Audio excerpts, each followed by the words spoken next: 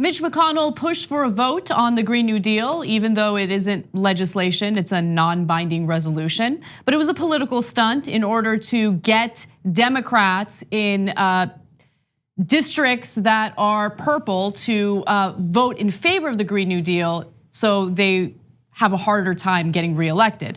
So the measure, of course, did not pass. It needed 60 votes to clear a procedural hurdle, and it failed in a 0 to 57 vote, with 43 Democrats voting present. So the Democrats refused to vote either in favor or against. They decided to vote present because they recognize this as a sham and as a political plot.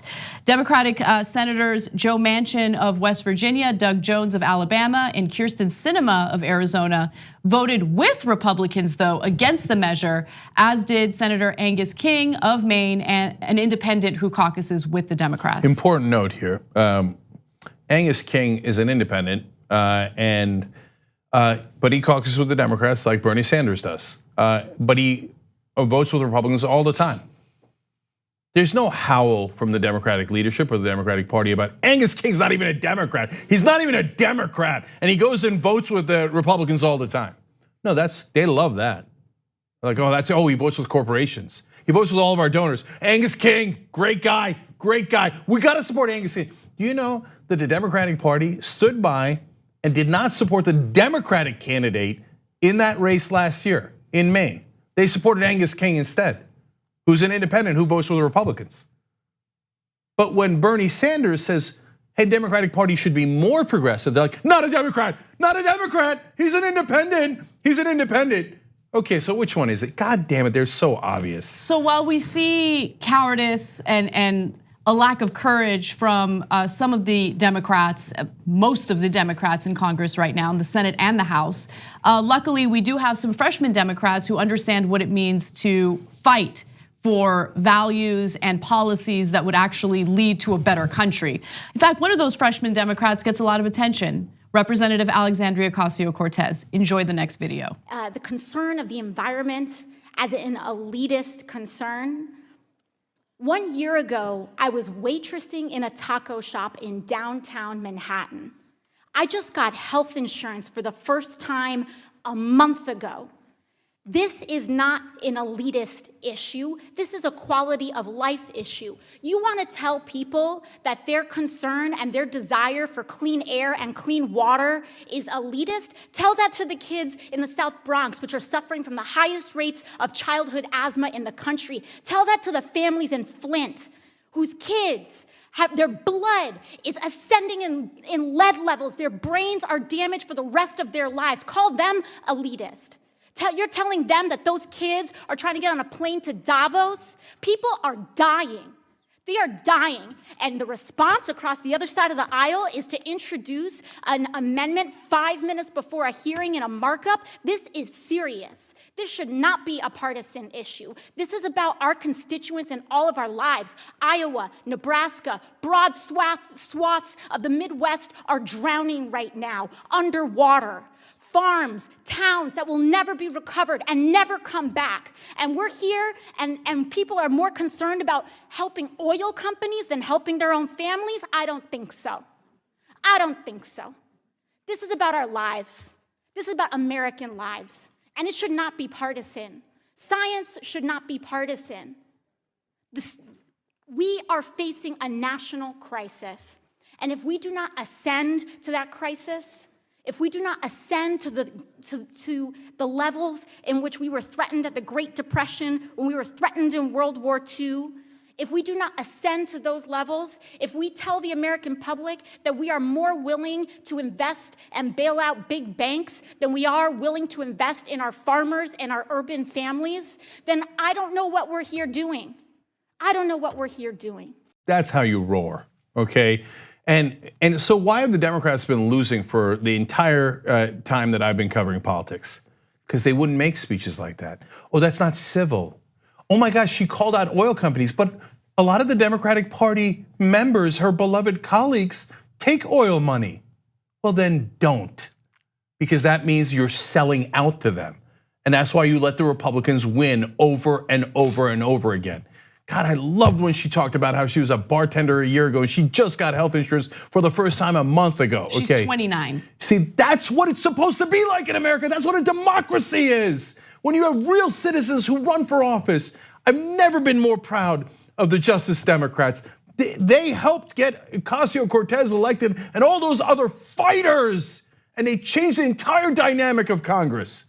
So what did the other Democrats do? Look, I think that I want to show you. Yeah. Okay, it's one thing to talk about what the other Democrats do, but I think it's more important for you to see for yourselves. So I'd like to show you a video of Chuck Schumer just to juxtapose the way he's handling this debate as opposed to the way AOC has handled this debate. Take a look. Already we're off to a great start. Leader McConnell's cynical stunt backfired. A New York Times editorial sums it up. Where's your plan? Where's your climate plan, Mr. McConnell? Couldn't have said it better myself. Leader McConnell, what he did is for the first time, for 5 years, he put no significant legislation on the floor about climate. For 5 years, we've had almost, when he's been in charge, no committee hearings on climate. For 5 years, we made no progress on climate. And then when he tried his stunt, it boomeranged on him, and now everyone's talking about climate. Leader McConnell, even yesterday, had to do something that he's never done. He was asked by a reporter, do you believe that climate change is real? Do you believe it's caused by human activity? And hallelujah, he answered yes to both. Now there's the third question he hasn't yet answered, which is, should Congress take strong, immediate action?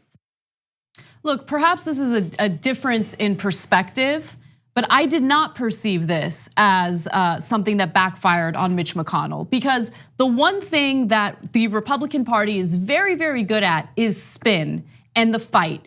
And they've showed time and time again that they can control the narrative, and they've controlled it to their advantage. So how are Republicans gonna spin this? Well, I'll give you an example from Senator John Barrasso from Wyoming. The Green New Deal is not the solution for America. It is a big green bomb that will blow a hole in our strong, healthy, and growing economy. That's exactly why Democrats aren't voting for it. That's exactly why Democrats are ducking and dodging and distancing themselves from this so-called Green New Deal. So while Democrats in the Senate would argue, well, we voted present because we didn't want to play into this McConnell strategy, in reality, even voting present allows them to spin this in a way that makes it appear that you're just dodging this, that you don't really support it and you just don't want to be on the record voting one way or the other. I 100% agree with you. It's proceeding from weakness. Oh, we voted present. Don't vote present. Make up your mind. Okay, you know what I was gonna say. So now on the record, it lost 0 to 57. Oh, hey, New York Times said we were good. You see all the other senators like snickering in the background. Oh, the New York Times said we did a good job. The New York Times in an op-ed, they said we did a good job, we win. No, that's not how you win. That's not how you win. You win by going to the people and saying, we're not gonna take it anymore and we're gonna fight for you. Leader McConnell was busted according to the New York Times. Come on, man. And look, they're good senators who voted to present because it was Schumer's brilliant legislative strategy to do that. It reeks of weakness. It smells of weakness, and the voters can sense it. Which voters like, oh my God, I am so psyched that my senator voted present. That'll show Leader McConnell. Right. No voter has ever said that in the history of America. So, and it drives them crazy when we say, why don't you do like Alexandria Ocasio-Cortez? And they go, what do you mean? She's just a freshman and she didn't earn anything yet. I've been here for a long time. She should wait her turn. You know what she is? She's 29 years old. She does not have a political career, a long running political career, and she's a leader. She's a leader because she does what's uncomfortable, and she promotes policies that she knows she's gonna get attacked for, but they're policies that she knows are important in protecting the environment in protecting the American people, in doing something about economic injustice in America. She's a leader. A leader purposely puts herself or himself in an uncomfortable position because they know it's the right thing to do. She's a leader, Schumer is not. But how are we going to get along with the Republicans if we have polarizing figures like this? You're not. I have a note from your base for Democratic leadership. They don't want you to get along with Republicans. They want you to beat them. I know that comes as a giant shock to you. Send the memo to Biden too. We're not interested in working with goddamn Mitch McConnell or goddamn Donald Trump. We're interested in crushing them. Send the word out. On the go? Don't worry, we got you covered. You can still listen to TYT at our new podcast network. Find us on Apple Podcasts, the Google Play Store, or at tyt.com/podcast.